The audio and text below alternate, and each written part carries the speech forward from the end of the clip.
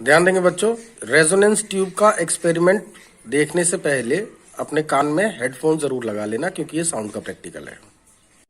ये water reservoir है, ये जार है एक, इसके थ्रू एक पाइप, मतलब आप ध्यान से देखें, इसमें जार में एक ये छेद है, दिख रहा है ना, ये होल दिख रहा है। जब भी आप इसके अंदर पानी डालेंगे तो इससे ये पानी इस पाइप से होता हुआ, ऐसे इस पाइप से होता हुआ, और ये देखिए जरा, ऐसे ये होता हुआ ये कहाँ चला जाएगा, ये इन दो पाइप्स में जाएगा। एक ये वाला पाइप है और एक ये पाइप है।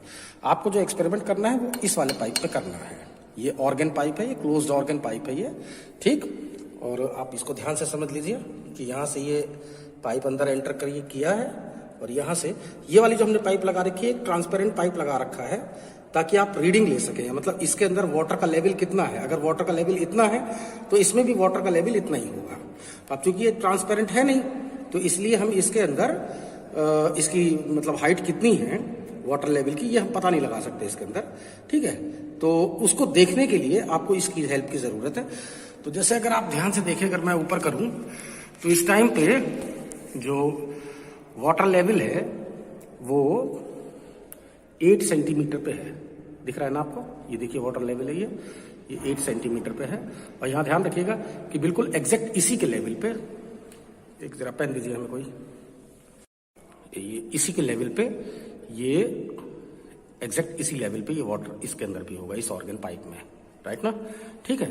तो ये है रेजोनेंस, मतलब कहने का मतलब ये है कि इस वाले में, यानी कि जो आपका रेजोनेंस ट्यूब है, ये रेजोनेंस ट्यूब यही है, ये जो रेजोनेंस ट्यूब है, ये जो ट्रांसपेरेंट पाइप है, और ये जो आपका पाइप है, इन तीनों में वाटर का लेवल बिल्कुल इक्वल रहेगा। अगर इसमें वाटर यहाँ तक है तो इसमें भी वाटर यहाँ तक आएगा, इसमें भी वाटर यहीं तक ही आएगा। बात समझ में आ गई? अच्छा, अब मैं आप लोगों को एक्सपेरिमेंट करके दिखा रहा हूँ, रीडिंग में आपको दिखा दूँ कैसे कैसे आपको लेनी है रीडिंग, ठीक है।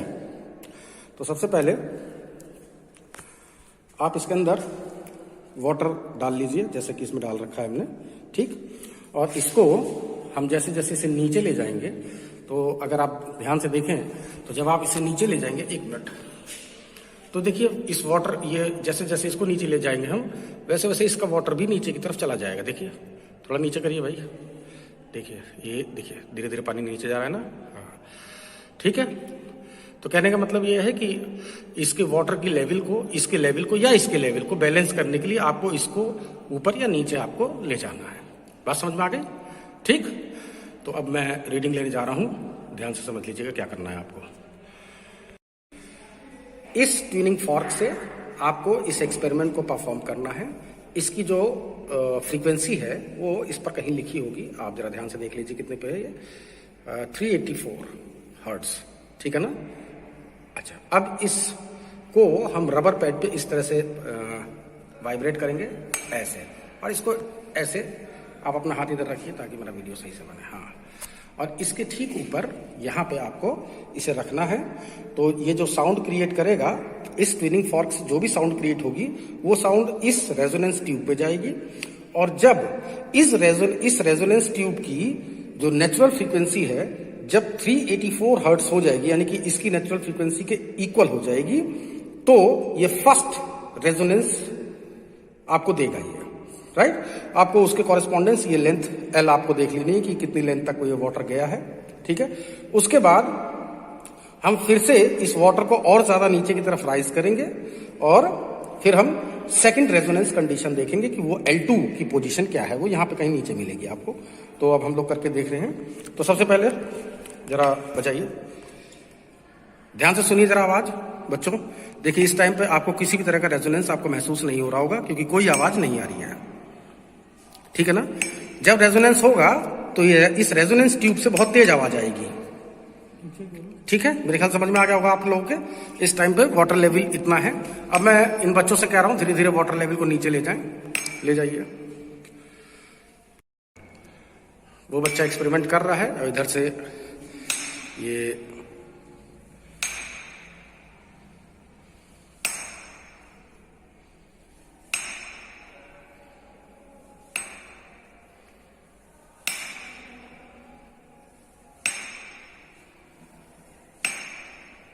थोड़ा सा पेशेंस से करने के लिए है ये सब एक्सपेरिमेंट, जल्दीबाजी नहीं करनी है आप लोगों को। देखिए हल्की हल्की आवाज आनी शुरू हो गई है अब। देखिए जब सबसे तेज आवाज आएगी उस जगह पर आप लोगों को लेंथ नाप लेनी है अपनी।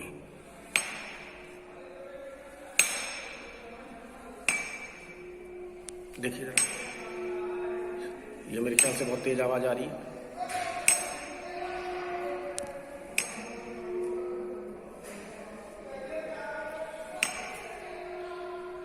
ठीक, बस ये परफेक्ट आप है। इस टाइम पर रीडिंग ले लीजिए इसकी। हाँ भाई देखो जरा रीडिंग कितनी है, जरा चेक करो फटाफट।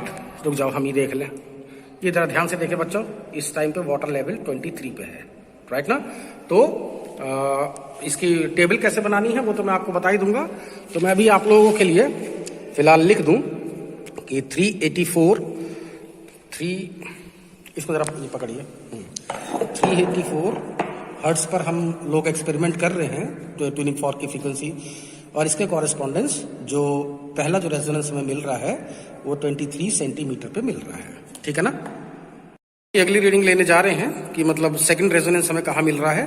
तो ध्यान रखिएगा कि जो सेकंड रेजोनेंस है वो लगभग 3 गुने पे मिलेगा, मतलब 23 का जो भी 3 गुना बैठ रहा हो उसके आसपास आपको ये रीडिंग मिलनी चाहिए, ठीक है। हालांकि एंड करेक्शन भी होता है इसके अंदर, तो इस वजह से थोड़ा बहुत आपका ऊपर नीचे वैल्यूज हो सकती हैं।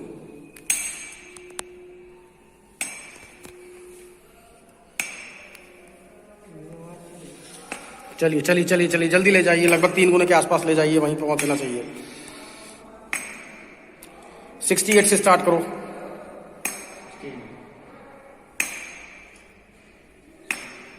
या 66 से स्टार्ट करो। 3 गुना 23 का कितना होगा? 3 3 6। अच्छा 66 से स्टार्ट करो।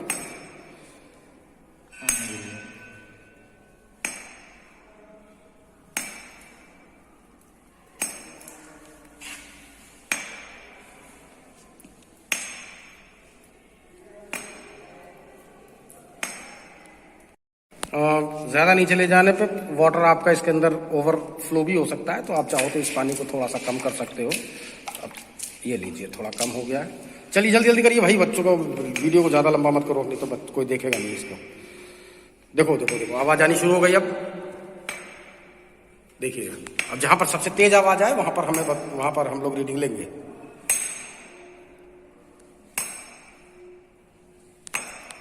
कितने पे है जी लेंथ? लेंथ देखिए कितने पे है? 71 देखें। हाँ आवाज तो ठीक है, लेकिन और थोड़ा सा आगे बढ़ाओ, क्या पता और तेज आवाज हो जाए।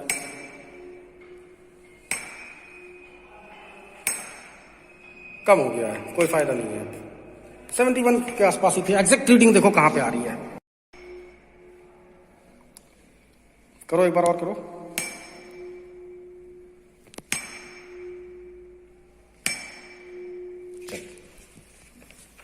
देख लो रीडिंग चेक करो कितना है।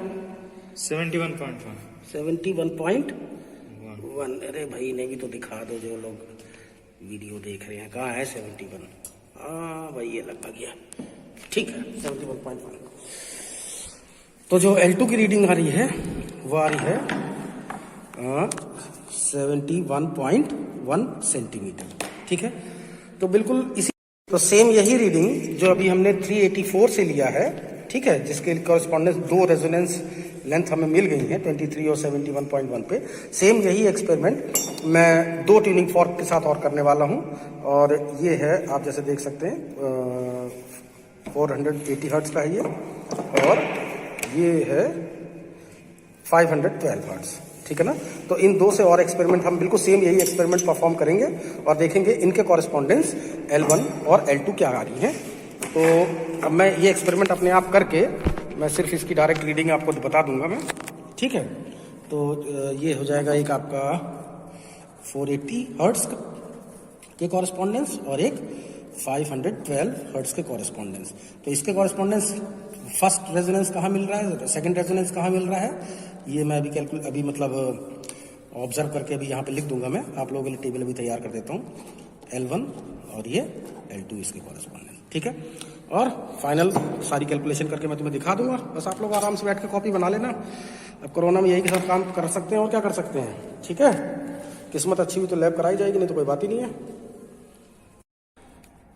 ध्यान देंगे बच्चों, ये हमें रूम टेम्परेचर की ज़रूरत है कि रूम टेम्परेचर कितना है, क्योंकि अलग अलग टेम्परेचर पर जो स्पीड ऑफ साउंड होती है वो अलग अलग होती है। तो इस वजह से आप ये रूम टेम्परेचर देख लीजिए कितना है। आपके सामने ये थर्मामीटर मैंने रख रखा है, ये दिख रहा है ना थर्मामीटर।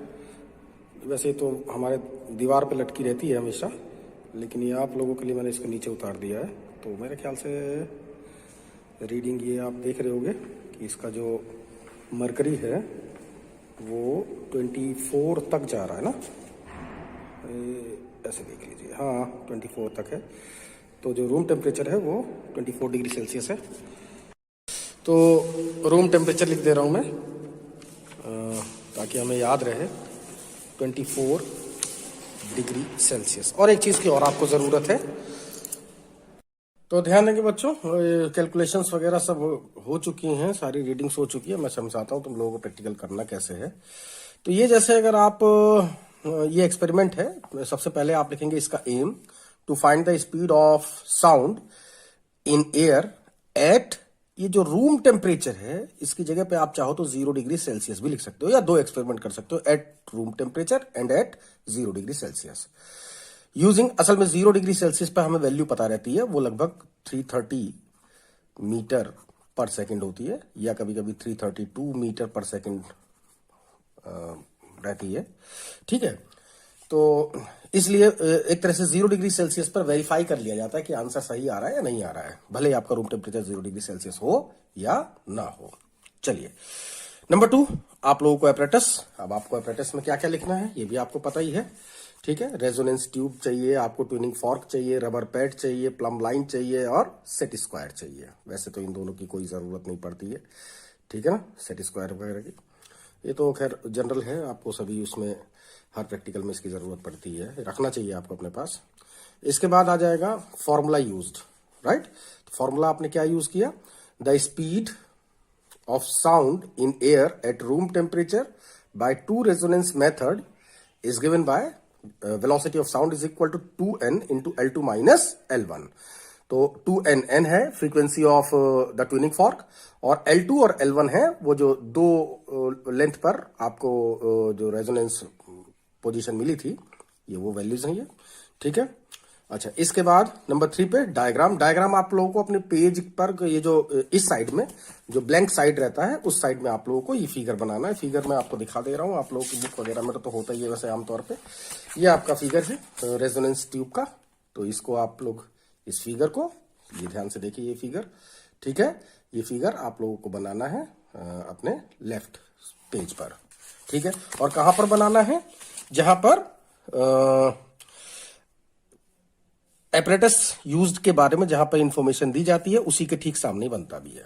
ठीक है, प्रोसीजर आपको कभी नहीं लिखना है, ये प्रैक्टिकल का रूल है, ये प्रोसीजर कभी भी नहीं लिखा जाता, ना थ्योरी ना प्रोसीजर।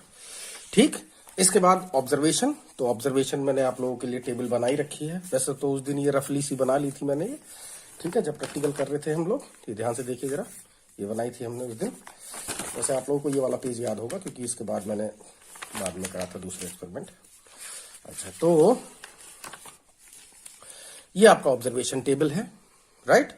तो ऑब्जर्वेशन टेबल में reading of open end of the resonance tube, ये बी की वैल्यू है। मैं आपको बताऊं, मैंने उस दिन इसको मैं बताना भूल गया था, तो मैं आपको बताता हूं ये क्या वाला है। ये जो ध्यान से देखिए, ये जो आपको ये स्केल दिखाई दे रहा है, ये स्केल का 0 इस क्लोज्ड ऑर्गन पाइप का जो ये वाला एंड है इसके ठीक सामने अगर है तो ठीक है, और अगर नहीं है, बाई चांस अगर ऊपर नीचे है तो उसके हिसाब से हमें उसे कैलिब्रेट करना पड़ता है। तो वही भी दे रखा है। तो जो हमारा जो एक्सपेरिमेंट है उसके अंदर, या जो हमारा जो एपरेटस है उसके अंदर वो 0, इसकी 0 की शायद सीध में ही है वो। ठीक है, अब मैंने लिया नहीं है तो मुझे मालूम नहीं है, चूंकि अब आंसर सही आ रहे हैं तो इसका मतलब वैसा ही हो गई। ठीक है, अच्छा, इसके बाद अब आप आएंगे, ये मैंने जो लिया था रीडिंग, इसमें रूम टेम्परेचर आपका 24 डिग्री सेल्सियस है, राइट। 3 फ्रीक्वेंसी पर हमने एक्सपेरिमेंट किया था, आपको याद होगा, 480 पर, 512 पर और 384 पे। ठीक है, और जब मुझे बार बार एपेटस दिखाना पड़ रहा है। तो हमने देखो एक बार तो हमें जो मिला था रेजोनेंस कंडीशन वो इस वाली लेंथ पे मिला था जिसको हमने L1 बोला था। उसके बाद हमने इसको और नीचे किया था तो ये वाटर लेवल और नीचे गया था और इस लेवल पे आके हमें L2 मिल गया था, याद है ना।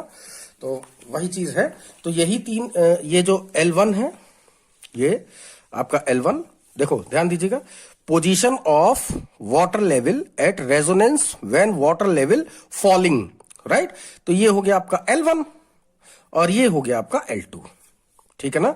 इसी तरह से 512 के लिए ये हो गया L1, ये और ये हो गया आपका सेकंड रेजोनेंस L2 पे। और ये जो आपका 384 पर तो जो था L1 और ये L2, राइट। ये ध्यान रखिएगा कि हमने सेंटीमीटर में लिखना था वो चीज, ठीक है। यानी कि ये जैसे लिखा हुआ 0.184 ये मीटर लिखा हुआ है, सेंटीमीटर में वैल्यू 18.4 सेंटीमीटर लिखी जाएगी।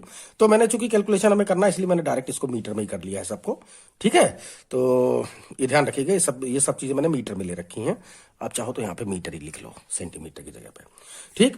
उसके बाद जब हम वाटर लेवल को जब नीचे ले जाते हैं तो हमने L1 और L2 की रीडिंग्स ली। इसी तरह से वाटर लेवल को ऊपर भी ले जाया जाता है, जो कि फिर से आपको L2 और L1 की वैल्यूज आपको लेनी है। तो चूंकि वो मैंने करा नहीं है, उससे कोई फायदा भी नहीं होता है कभी भी। तो मैं ये जो राइजिंग वाला है, ये फॉलिंग वाला तो मैंने कर दिया है, राइजिंग वाला हमने करा ही नहीं था। इसको तुम करो चाहे ना करो, इससे कोई फर्क नहीं पड़ता। ये आंसर वही आते हैं जो यहां पर आ रहे हैं, जो यहां पर आंसर लिखे हुए वही आंसर यहां पर भी आएंगे। चाहे आप वाटर लेवल को ऊपर से नीचे ले जाओ चाहे नीचे से ऊपर ले जाओ, वो कंडीशन वही रहेगी उसकी, राइट। जब ये राइजिंग फॉलिंग नहीं है तो मीन भी कुछ नहीं है, बात समझ में आ गई होगी। जब मीन भी नहीं है, अब रही बात इसकी, तो इसमें से 0.184 में से जब आप ये बी सब्ट्रैक्ट करोगे, ध्यान दीजिए ये A माइनस बी लिखा हुआ है, ठीक है। तो जब आप इसको सब्ट्रैक्ट करोगे तो ये आ जाएगा आपका कितना, ये 0 आपको सब्ट्रैक्ट करना है तो 0 फिर से वही आ जाएगा 0.184। तो इसका तो खैर यही सेम एज इट इज यही आंसर यहां पर आते चले जाएंगे आपके, राइट। जो यहां लिखा हुआ है वही आंसर यहां पे, जो यहां लिखा है वही यहां पे, जो यहां लिखा है वो यहीं पे, ठीक है। अब ये भी आपका पेज लगभग किसी काम का नहीं है, ये वाला भी कुछ नहीं है, ठीक। इसके बाद ये है आपका ऑब्जर्वेशन टेबल हो गई आपकी। इसके बाद कैलकुलेशन है, तो कैलकुलेशन में आप लोगों को करके दिखा दे रहा हूं। ये आपको फॉर्मूला पता ही है, velocity of sound is equal to 2n into L2 minus L1 है। तो यहाँ पे मैं एक बार आपको रीडिंग दिखा दूं। जैसे ही मैंने एक रीडिंग 384 से लिया है ना, तो 384 के कॉरेस्पॉन्डेंस ये देखिए जरा वैल्यू। L1 है 0.23 यानी कि 23.0 सेंटीमीटर, और L2 जो सेकंड जो रेजोनेंस आ रहा है वो 7.1 सेंटीमीटर पे वो आ रहा था। तो वो मैंने मीटर में कन्वर्ट करके ये लिख दिया था मैंने, ये ठीक है ना। तो ये मैंने यहाँ पर इसके कॉरेस्पॉन्डेंस मैंने कैलकुलेशन करी है, राइट। तो ये आंसर मेरा आ रहा है ये 2 इंटू 384, और ये आंसर मेरा आ रहा है ये L2 और L1 की वैल्यू रखने के बाद ये फाइनल आंसर ये आ रहा है आपका। इसी तरह से 480 पर जो लिया था हमने रीडिंग, ये 480 पर, राइट।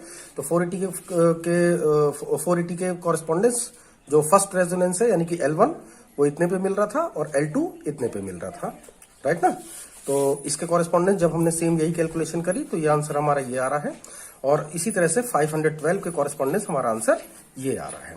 अब इन तीनों का जो मीन है वो मैंने निकाला, और तीनों का मीन मेरा ये वाला आंसर आ रहा है, ठीक है। अब हम वेरीफाई कर लेते हैं कि हमारा ये आंसर सही आ रहा है या नहीं आ रहा है। तो मैं ये निकाल लेता हूं कि 0 डिग्री सेल्सियस पे, चूंकि वैल्यू आपको सभी को पता रहती है कि 0 डिग्री सेल्सियस पर जो स्पीड ऑफ साउंड होती है वो 330 मीटर पर सेकेंड होती है ना। तो अब हम इसी चीज को वेरीफाई करके देख लेते हैं। तो speed of sound eight 0 degree Celsius, वैसे मैं आपको बताऊं यहाँ पे इसकी वैल्यू जरूरत नहीं होती है, अगर आप दोनों कर रहे हो तभी, ये नोट में इसीलिए करके अलग से दे देते हैं ये।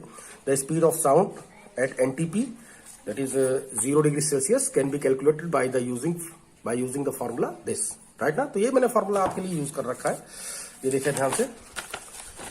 V इज इक्वल टू 273, ये मैंने वैल्यू, थीटा की वैल्यू कितनी है, जो टेम्परेचर है आपका रूम टेम्परेचर वो देखिए ध्यान से 24 डिग्री सेल्सियस है, ठीक है। तो वो 24 डिग्री सेल्सियस मैंने यहाँ पे रखा, और ये फाइनल कैलकुलेट होकर मेरा आ रहा है 330.4 मीटर पर सेकेंड।